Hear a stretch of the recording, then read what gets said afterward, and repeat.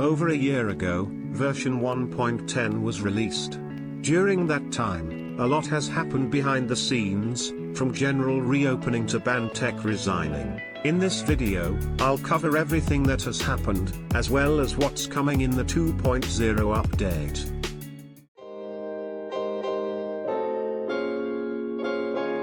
After almost a full year, the remaining public channels were brought back, with hashtag Stepford being replaced with a channel dedicated to both SCR and trains. Overall, the channels are much calmer, although with the occasional controversy every once in a while, though the biggest difference is the fact that the guard lounge is way less active because most of the guards who were active there either got banned or became signalers.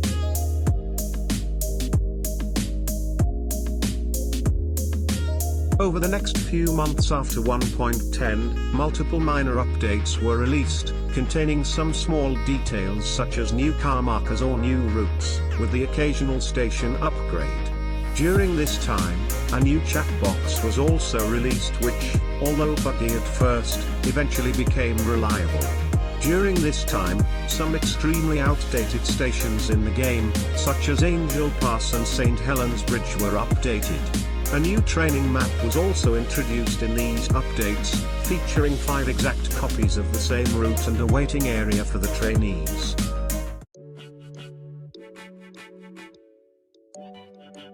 After 1.10.8, not 1 but 3 resignations occurred. The first was from former operations director ASMI due to lack of motivation and real-life issues. Games Otto would eventually replace him. The other 2 were BANTech and Jive off from the development team. BANTech's resignation sparked multiple concerns over the game's future, which led to Toby making an announcement reiterating that the game wouldn't die because of BANTech's departure.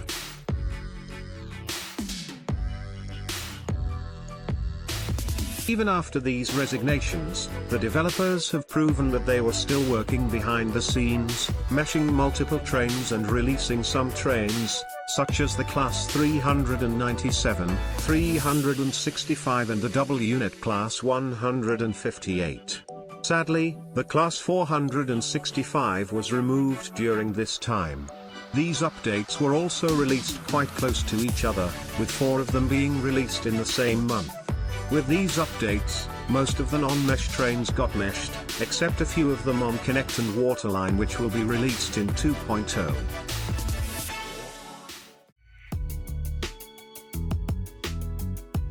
In late November, a new tech lead was hired to replace the former innovations director. This new tech lead, named Jason, had quite a decent interaction with the community, although his hiring didn't come without any controversy surrounding him. A few days later, a second developer, Dim-Witted, joined the development team and has been working on a technical roadmap. Jason announced that he was planning on improving the transparency between the community and the development team, but that never happened. He would end up stepping down from his position in March 2024. A bit before Jason's disappearance, both BANTech and James got transferred to the game developer role.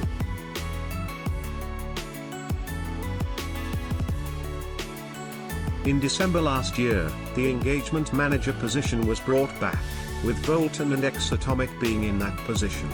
This role pretty much replaces the community managers, letting the CMs focus on internal things like app reading. The engagement managers are also testing a suggestions system, currently limited to Boost Club members only.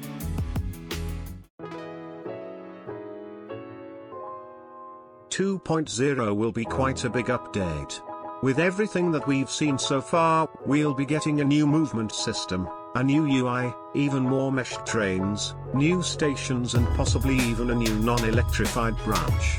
2.0 will also mark a turning point for the game, just like 1.0, or the big update, was back in 2017. We can also expect a more immersive experience, with the possibility of driving back to the depot after terminating and maybe even having the option to raise or lower the pantograph. From what we've seen so far, the quality and detail of this update will also be a massive improvement to previous versions.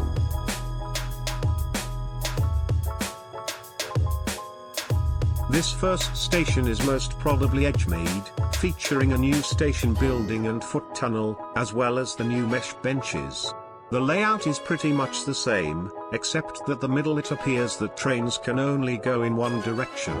As for the second station, it might be West Wyvern though I'm not sure. It lacks one northbound platform, though it also has a new siding on the left. The terminating platform was kept and a small siding was added featuring a Matty cargo train. The station also received a new footbridge and station buildings. With these sneak peeks, we can assume that the Lynn branch is being redone, making it as good as the stations found in the airport and Newry areas.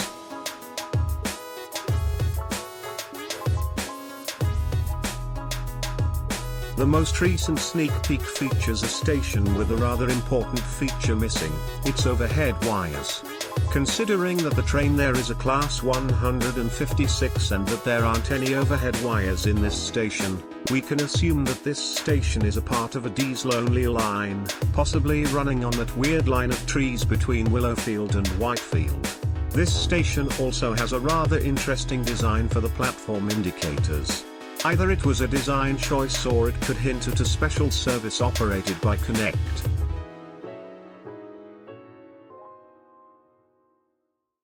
In this update, we'll probably also have the option to drive back to the depot, also known as ECS, given that every depot after 1.8 had both outbound and inbound tracks, making it possible to spawn and despawn. This will be a great feature, making the driving experience even more realistic. Sadly, SG 2.0 will not be coming in this update, as stated by a signaler manager, but it hopefully won't take much longer to implement that. What do you think that 2.0 will bring?